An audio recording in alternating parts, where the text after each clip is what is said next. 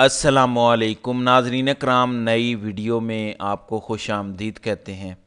जिसने इमरान खान को सताया फिर उसने रक्षा ही चलाया। आपने अक्सर ये जुमला सोशल मीडिया पर पढ़ा होगा। काजी साहब जिस तरह लंदन में निशाने इबरत बने हैं, जिस तरह अपनी दुम अपनी टांगों के दरमियान दबा के, अपनी गर्दन झुका के, सर झुका के, अपना सर अपने घुटनों में दबा के फरार हुए हैं, ये हर उस फिरौन के लिए इबरत का निशान है जो आज ओहदों पे विराजमान है। सदा बादशाही सिर्फ सोने रब की है।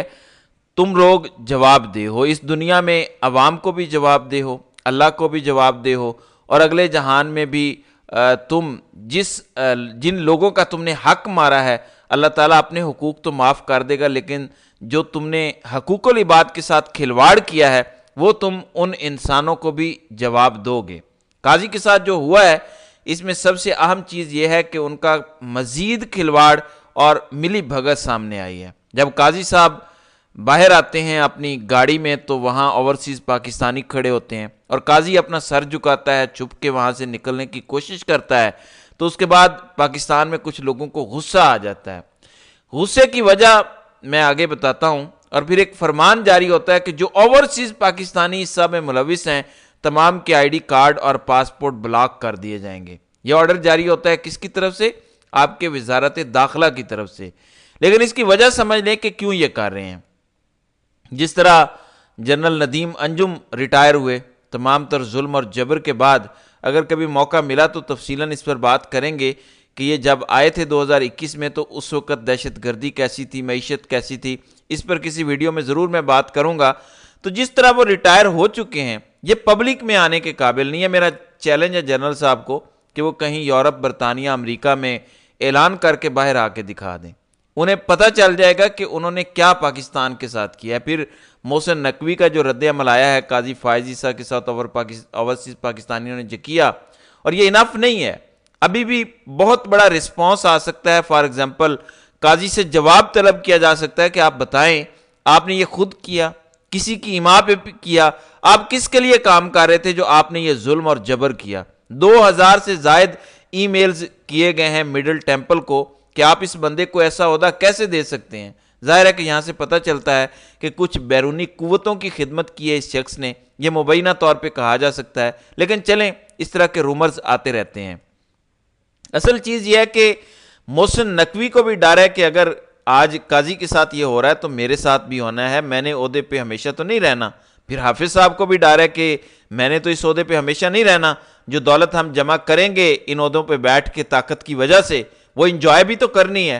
फिर उसके लिए यूरोप के टूर भी अच्छे होते हैं, अमेरिका का टूर होता है, कनाडा का टूर होता है, ऑस्ट्रेलिया का टूर होता है, कुछ लोगों के जजीरे होते हैं इधर उधर, कुछ लोगों की बड़ी बड़ी बिल्डिंग्स होती हैं, टावर होते हैं, उन सबको इंजॉय भी तो करना है। अब खाली अरब ममालिक में जाके छुप कर तो जिंदगी नहीं गुजारनी, जिंदगी तो यूरोप में गुजारना चाहते हैं ये लोग, कमाते पाकिस्तान में हैं। तो ये खौफ है, आपको डराते इसीलिए हैं। अभी आप इन पर तनकीद करें तो इनको क्या फ़र्क पड़ता है? असल फ़र्क पड़ता है तब जब ये रिटायर होंगे तो हमारे साथ ये क्या करेंगे। इसलिए इन्हें खौफ, इनमें इतना खौफ पैदा कर दो कि ये कोई बोल ना सके। लेकिन जो काजी साहब के साथ हो गया है ये शुरुआत है अभी हर उस बंदे के लिए जिसने जुल्म किया है, हर उस बंदे जिसने अवाम को और अवाम के लीडर इमरान खान को सताया है। ज़मीन पर आपको कोई ऐसी जगह नहीं मिलेगी जहां आपको ओवरसीज़ पाकिस्तानी नहीं मिलेंगे, आपको फेस करने पड़ेगी ये रियलिटी। और यहीं से दूसरी बात आती है कि कंपनी जहां खौफ का शिकार है वहां कंपनी को एक और जूता पड़ा है।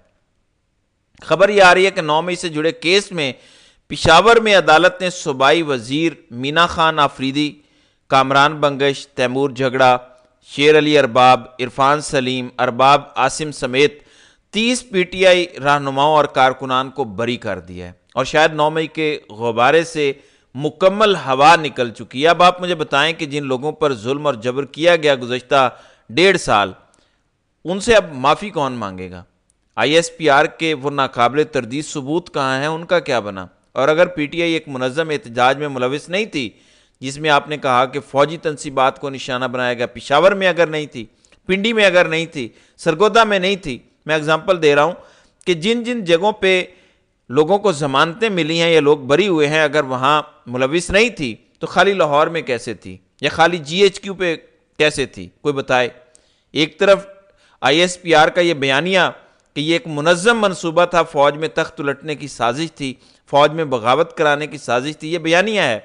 ये बयानिया कैसे कामयाब होता है जब पेशावर में ये साजिश नहीं थी, जब सरगोधा में नहीं थी, जब किसी और जगह नहीं थी, लेकिन एक दो शहरों में तो बगावत हो जाती, क्या पूरी फ़ौज के अंदर। तो ऐसी सूरत हाल में बयानिया इनका पिट चुका है, और इसलिए दो तीन लोग जो कंपनी के टाउट हैं वो अब एक नई चीज़ लेकर आए हैं। वो कहते हैं कि इमरान खान के साथ कोई इंगेजमेंट की कोशिश हो रही है, इसी सिलसिले में उनकी बहनों और अहलिया को छोड़ा गया है ताकि इमरान खान को थोड़ा सा रिलैक्स किया जाए और उनके साथ बातचीत का रास्ता खोला जाए। वो तो कोई भी बात मानने को तैयार नहीं है, वो पीछे हटने को तैयार नहीं है। तो उन्हें कहा जा रहा है कि बस ये झगड़ा ख़त्म करो और अपनी बारी का इंतज़ार करो, बस थोड़े ठंडे पड़ जाओ। ये कंपनी के टाउट बोल रहे हैं। बोल क्यों रहे हैं? इसके हवाले से चीज़ें वाज़ेह होती जा रही हैं। अमरीकी इलेक्शन से पहले कंपनी को डर पड़ा है इनकी तमाम तर लॉबिंग के बावजूद भी कि ट्रंप के आने के बाद दस्ते शफकत हट जाएगा, और दस्ते शफकत हट गया तो फिर इमरान खान को काबू करना बड़ा मुश्किल हो जाएगा हमारे लिए। इसलिए कंपनी इमरान खान की तरफ एक विंडो खोलना चाहती है कि अगर ट्रंप जीत जाता है तो ये खिड़की हमारे लिए खुली हो, रास्ते बंद ना हो जाए। ये कंपनी का हमेशा प्लान ABCD वगैरह ये बनाते हैं, ये जंगी स्ट्रैटेजी के तहत सियासतदानों से भी लड़ते हैं। तो इसी तरह की स्ट्रैटेजी ये इमरान खान को तोड़ने के लिए आजमा रहे हैं। अब ऐसे में जब अमरीकी इलेक्शन का खौफ कंपनी को खाया जा रहा है, मात्र 6 दिन का खेल बाकी है, इन 6 दिनों में हमें पता चल जाएगा कि किसने अमरीका का सदर बनना है। अब अमरीका का जो भी सदर होता है पाकिस्तान में कंपनी को वही चलाता है, ये बात अब हमारे लिए रोज़े रोशन की तरह आया है। एक और बात यहाँ ज़िमनी तौर पर बता दूँ, क्योंकि कंपनी का जिक्र चल पड़ा है। हम कहते हैं कि पंजाब पुलिस को ठीक करो, सिंध पुलिस को ठीक करो, अदलिया को ठीक करो, हम कहते हैं ब्यूरोक्रेसी को ठीक करो। मैं आपको बताता हूँ कि जिस दिन हमने इन सब को ख़राब करने वाले एक इदारे को ठीक कर लिया, बाकी सारे खुद ब खुद ठीक हो जाएंगे। बहरहाल टाउट कहते हैं कि इमरान खान को मनाने की कोशिश हो रही है, शायद इसीलिए लोगों को रिहा किया गया। एक तरफ ये सोच है कि GSP+ के मामलात चल रहे हैं यूरोपीय यूनियन से, ज़ाहिर इंसानी हकूक़ की खिलाफ वर्जियाँ यहाँ पर हो रही हैं। अगर आपको GSP+ स्टेटस मिलता है तो आपको उनकी कुछ डिमांड्स भी माननी पड़ती हैं, जिसमें इंसानी हकूक़ का मामला सर फहरिस्त है। यहीं पे अतर मिनल्ला का जो इजाफी नोट लिखा समझ आया है कि आर्टिकल 8 किसी किस्म की ऐसी कानून साजी से जो है वो रोकता है जो बुनियादी हकूक़ के ख़िलाफ़ हो। यहाँ से एक नुक्ता समझ आता है, अब बल्ले के केस में इन्हें क्यूरेटिव रिव्यू करना चाहिए। नजर सानी क्या है, नजर सानी के बाद क्यूरेटिव रिव्यू का भी एक ऑप्शन होता है सुप्रीम कोर्ट में।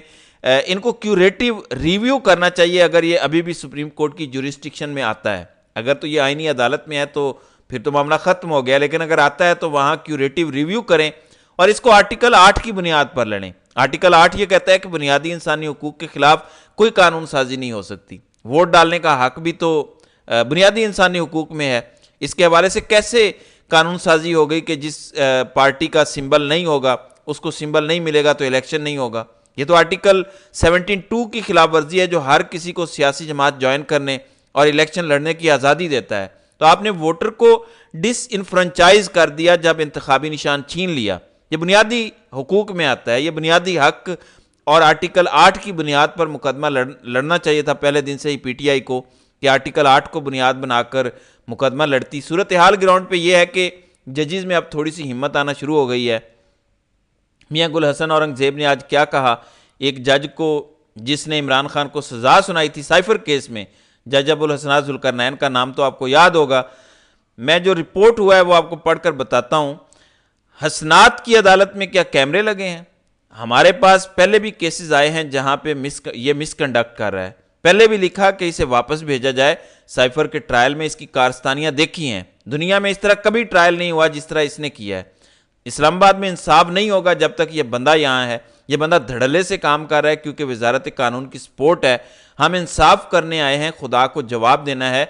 मियां गुल हसन औरंगज़ेब ने इमरान खान को साइफर केस में, जाली झूठे केस में बदनीयती पर मबनी सज़ा सुनाने वाले जज को मिसकंडक्ट का मुर्तकिब करार दे दिया। उन्होंने कहा कि साइफर केस में इसने मिसकंडक्ट किया, धज्जियां उड़ाई।